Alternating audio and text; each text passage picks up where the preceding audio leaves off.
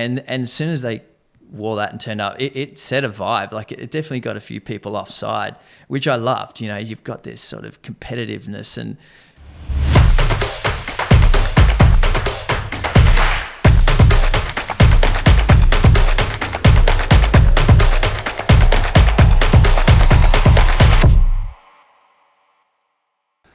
Hey guys, welcome back to episode 5 of eSKATE Chat with Evolve. Back here with Jeff. How you doing? Good, mate. How are you? Pretty good, Yep. good. Awesome. What's the last couple weeks entailed at Evolve? Well, last couple of weeks, we've had a couple of shipments come through. We've had about 1,000 boards rock up here in our Australian factory. So our whole team has been super busy trying to get them out the door. We've had a lot of wholesale accounts to look after, work out who's going to get what out of the limited stock that we have. And the whole process of getting them out the door involves QCing each and every single board. We test each board like on these heavy roller sort of dyno machines, put as much current through them as possible.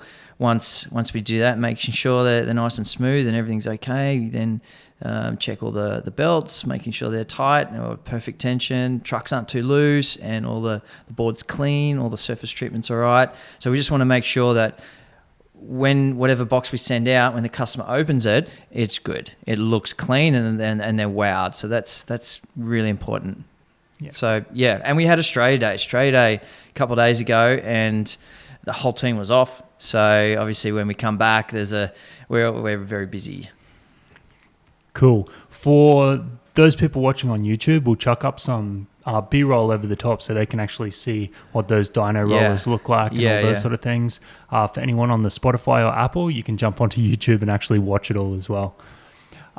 Let's talk about why people are drawn to electric skateboards from whatever sport they're doing before, or even if they don't have a sport. There has to be something happening in their head that makes them make the decision to spend that money to begin a whole new hobby, a whole new sport. Yeah, this is an interesting conversation as well, because I'm sure different people have different motivations. And I know for me, it's all about the ride. That's as simple as that. You know, I love snowboarding, I love surfing, and it's that carving feeling and the ease of being able to do it whenever you want, wherever you want, you know, and I think other people, you know, they may get into this sport from backgrounds of different various board sports. But I also think, like, if you're sitting in a park and, you know, you're in a park bench and you see someone come past on the electric skateboard, and then these people are looking and going, oh, wow, that looks like fun. You know, you're out and about, you got the breeze through your hair and you're just having fun. And at the end of the day, you know, maybe I think there's probably a lot of people that see that and go, oh, that looks fun. I want to try something different and be like that. I mean, also a lot of kids, you know, used to skate, you know, us older guys, you know, I'm 45 now, and I used to do a lot of skating when I was a kid, and then life took over, different sports and work, and then I think a lot of people then is like possibly in my situation and going, oh wow, skating, I used to do that as a kid, this looks fun, maybe I can do it again. So I think at the end of the day, it's all about the feeling and the carve and the ride. What do you reckon? Yeah, I agree. I think there's a lot of different journeys that people take to get to that endpoint. But the reason they're doing it is because they like the way it feels, right? Yeah. I don't think anyone's solely riding the board to work because it's an easy way to get to work and they're standing on it going, I don't enjoy this. Yeah, I think that's just a bonus. Yeah, you know, even if someone's using it practically as a commuter option or that they're using it for a purpose, they're choosing that method because it's fun. Exactly. Yeah. So yeah, that's what I reckon. It's definitely to get to places in style and, you know, having fun while you get there. I remember speaking to one of the staff members at 12 Board Store, and he was a diehard skater.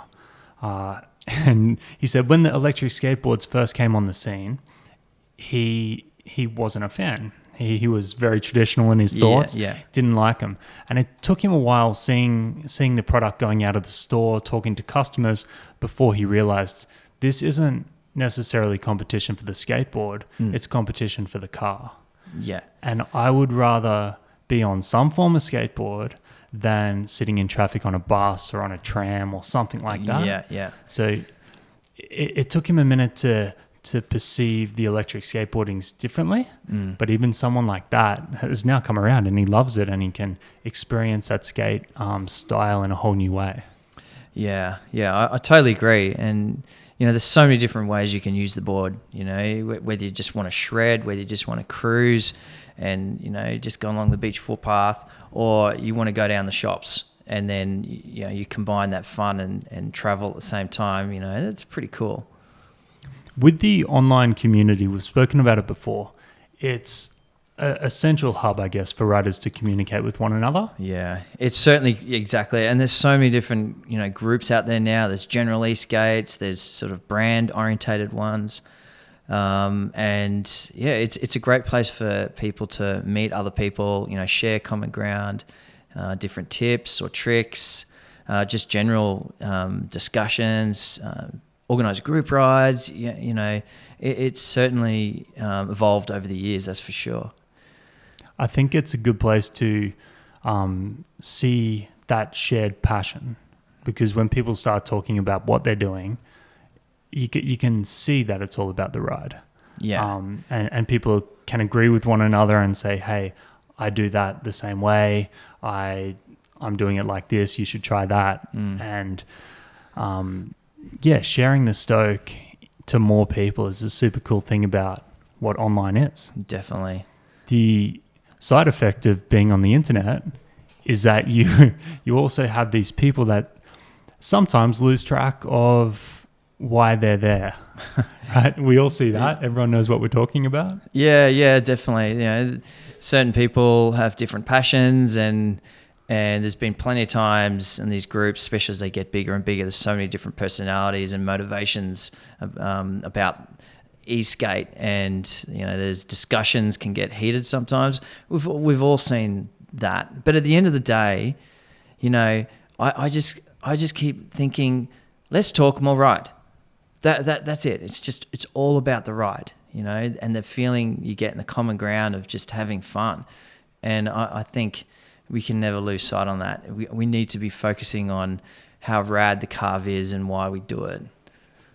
Grab your board, go outside and go for a skate. It's much more constructive and it's going to make you feel better. Yeah, that's why it was designed. It was designed to have fun. It's like a fun machine. Yeah.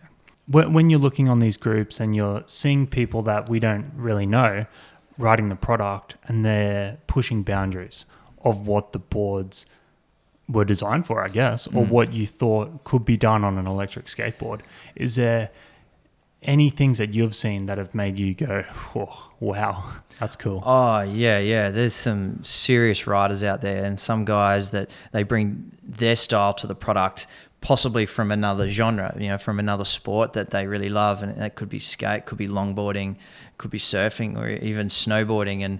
And there's definitely been a crew that we've seen over the few years who like to, get air, get more wheels off the ground. And the guys who just love to slide and just shred hard. It's exciting watching that and what the sport could be in the future. And it just needs to be enabled at the end of the day. And then we need, as a brand and product designers, we need to focus on the rider. It's those guys who really shape the industry of what it could be like. We can never lose sight on that. As long as we're moving and we're innovating and focusing on purely the ride, then who knows where it's going to go. I've got some good ideas. I can't reveal everything here, but as long as we just focus on the passion and the sport, like that's, I think there's so much excitement what could be of the future. And we've done it we've dabbled over the last few years. We've had various events and races and community events, and it can be broken up to so many different genres. You got your community group rides, and then you got the more of the competition racing style and festivals, and so we're learning a lot as we go. Yeah, well, progression's the name of the game in action sports in general. You see that eSKATE is new compared to all these other sports, and they were just like this at the start. There was not a massive amount of structure. Dude, one moment I remember when it was one of the first, it was the first Evolve Riders World Cup, and it was in France. And I feel as though that was a pivotal moment for Evolve, because it just showcased the culture. You know, everyone got together in southern France from so many different countries who had met on these community groups. Everyone knew each other online, and then we had like a weekend together at this amazing, beautiful place, and to celebrate eSKATE. It was like an eSKATE festival, and it was broken down to a few different races, and I still remember the first race was at the all-terrain track, and it was this little dodgy little BMX track, and we were doing time trials, and we had the old Gen 1 boards. It was like the big single motor wheels, and they used to get up to speed, but they just didn't have much off the mark. But everyone had such a good time, and everyone was like supporting each other and going, yeah, come on, let's go, let's get around the track as fast as you can. But what I realized, that we were getting through the day really slow. And, you know, just watching people go around, it got a little bit boring. But there was a moment there when all of a sudden we needed to get through it faster. So we started to put two people together at one time. And like literally on the first lap, I knew straight away that it was like, this is it. The whole energy just lifted, because you've then got this competition element. You got one guy versus another guy on this cool, fun, exciting product. It can be sort of dangerous when you're putting in an environment like that. You've got that racing element to it. And that was a moment where I thought, yeah, this is where it's going to go. And as soon as you get that competition, and it's not just the time trials, it's like guys just racing against each other. It's all about skill on the ride. And we started to play on that over the next few events. You know, the next World Cup and the one in the USA especially got quite competitive.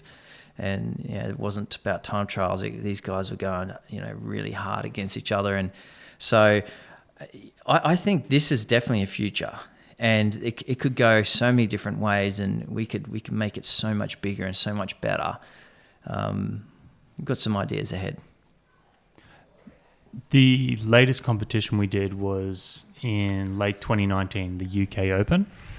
Right. Yes. So that was awesome. We all know the culture and community, people getting together is awesome. Yeah. But what we wanted to step up was the competition side of things. Yeah, definitely. And not just be about Evolve, and this is certainly what we've learned over the years. It's eSKATE in general. And as soon as we open it up to anyone and everyone, it's a whole new ball game. It's turning into a sport, and the UK Open was a classic example. It was competitive, a lot of good memories. And one thing in particular, I've got to say this is quite funny. We had a lot of DIYs. I remember we had trampers there. We had a few Lacroix. What other boards are there? There was a Baja. Yep, Baja. A lot of DIYs. A few DIYs. Mojo was on a straight wing. Yeah.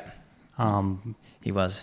Yeah. So there were some really quality riders, and I remember the whole Tramper team arrived, and they were very competitive. Obviously, the UK is their backyard, their hometown, and especially being an all-terrain, because that's what they focus on. That's the whole product, is the mountain boards.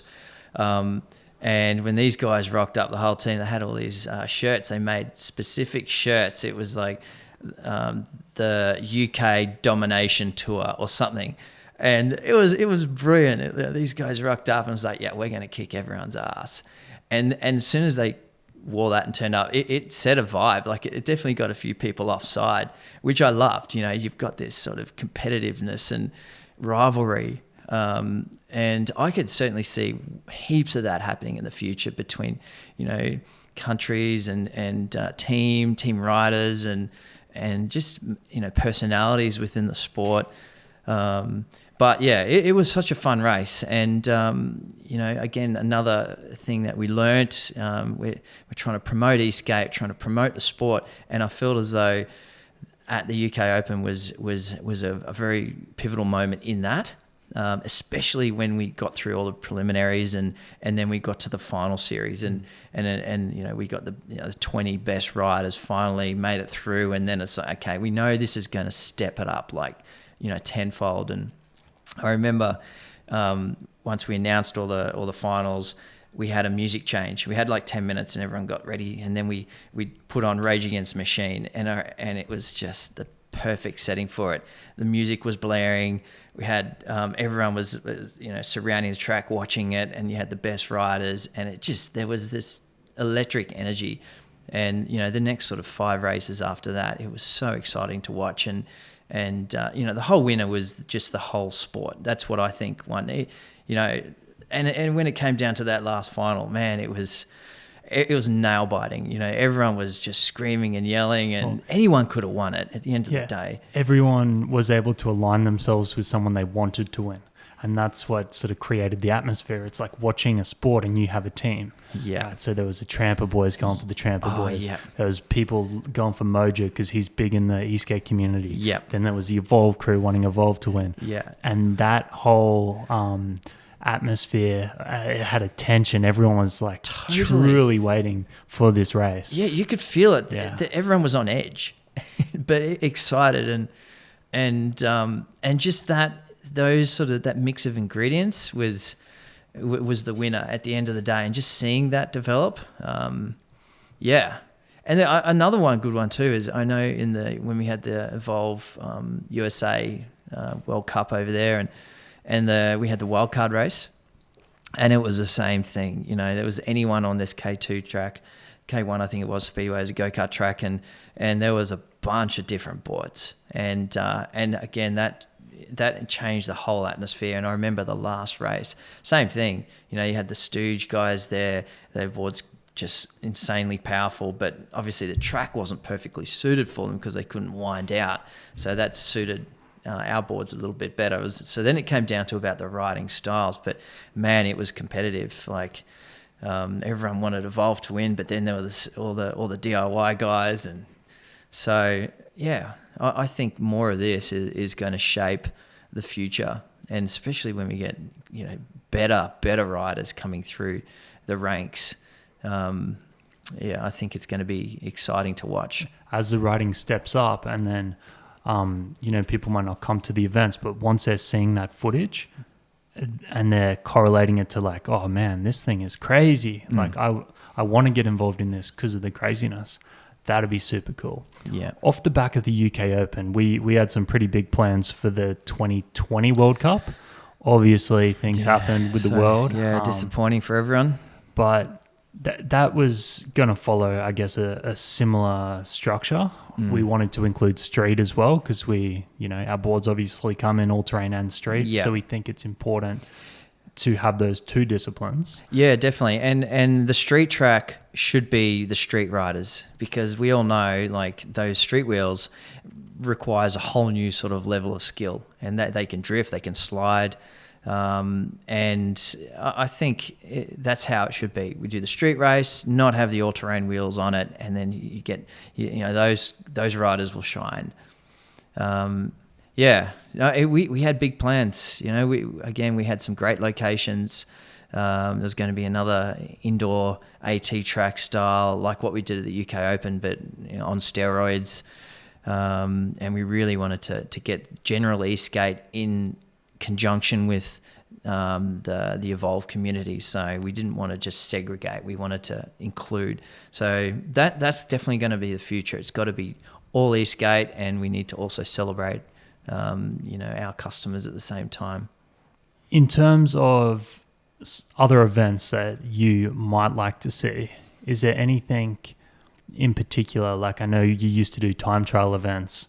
Could that be sort of a subset event within a bigger festival? Oh, 100%. There's so many different events that you can do. I mean, when you look at sort of snowboarding and mountain biking and longboards, skateboards, imagine if you had like an eSKATE festival where you can just go from event to event, genre to genre, and you could pick and choose, and design for particular riding styles. ATs, it could be like pump track, who's the quickest around, and there's like a leaderboard and it's constantly changing. And then the street guys, massive slide competitions. That's it. It drifting. Doesn't have to be racing. It could be style climbs, things like that. Yeah. If anyone has ideas of events, it could be long distance stuff. It could be team events. Yeah, definitely. Yeah. If anyone's got any ideas, drop them in the comments. It'd be interesting to see what the people sort of think. Air events, and oh man, there's the sport is growing, and there's so many different genres to it, enabling that, and I don't know, I could just picture it. It's going to be rad in the future. Cool. The next event we have coming up in a couple of weeks' time it's not a race event, it's a go-kart open track. Do you want to tell us about what that is? Yeah. So, we've got another go-kart event. Basically, we've hired this go-kart out for 3 hours, and we've broken it up into categories. The first one we did, there was beginners, intermediates, and like the crazy cats. And you just get free time around the track, and you get to ride against your mates, and it's just having fun in a different environment. And again, it's all just celebrating eSKATE, using your board in a different way rather than just on the road or the full path. We put on some food. We got some drinks and barbecues. We got DJ there, and the Monster crew come along. So we try to make it as fun as possible. Last time we had about 150 riders at the first event. Fantastic night. Everyone had a lot of fun. Next one's in 2 weeks. It's going to be a very similar format. Again, limited numbers though. So if you're going to come, if you're in the Southeast Queensland area and you want to do something a little different, it's not about racing. You don't have to be a legend on the board. You can choose which category you want to go in. You could ride as fast or as slow as you want. It's just get out there and use your board and have fun. It's about the ride. We love to ride.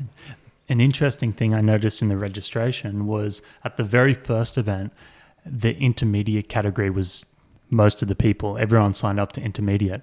This time around, everyone's gone advanced. Is that right? Okay, I haven't seen that. Yeah. Interesting. So I think everyone had so much fun. There was a lot of banter going along. Wasn't there? It was just another vibe, I guess. Yeah. So there's a lot of people that are like, okay, I love that. Yeah. Even though we didn't make it competitive at all, it wasn't about that. It was... we did follow a very strict structure. You had 12 minutes on the track, and there were rules going in and out of corners for safety reasons. But there were some riders who wanted to go really quick and show off their skills. And I remember all the one-wheel guys were there. They were hooting around the track as well, although they couldn't really keep up. But they thought they were going to be able to. Oh, they did, yeah. But it was great to see, different products. There were some scooters there. All the one-wheel guys. There were a heap of DIY stuff, a lot of evolves. It was just super fun. I saw that there might be, say, 40 people on the track at any one time, but then the group of friends might have been 4 or 5 guys. So although it wasn't racing, those 4 or 5 guys were playing around with each other. Yeah. There was a lot of groups doing that. So. Yeah, there was. And what was good about that too, that the track was big enough where you're not just all in one little area.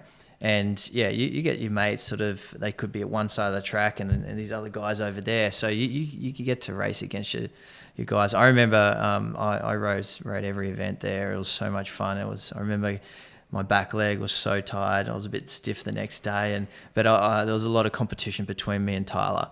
So, you got the young fella and you got the old fella and he thinks he's pretty good, old Tiles. And we had a lot of competition on the track there.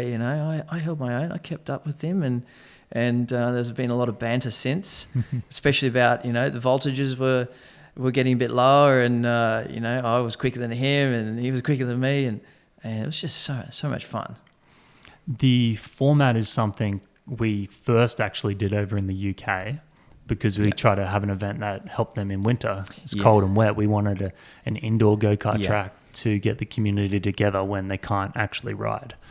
Yeah, definitely. It was definitely inspired. Same format as the UK, and those guys, they need to ride as much as possible. They're not blessed like us here on the Gold Coast, Southeast Queensland. So it's a winning formula. Yeah, so I feel that we've proved out the formula now. So the only thing we're waiting on really is restrictions to ease.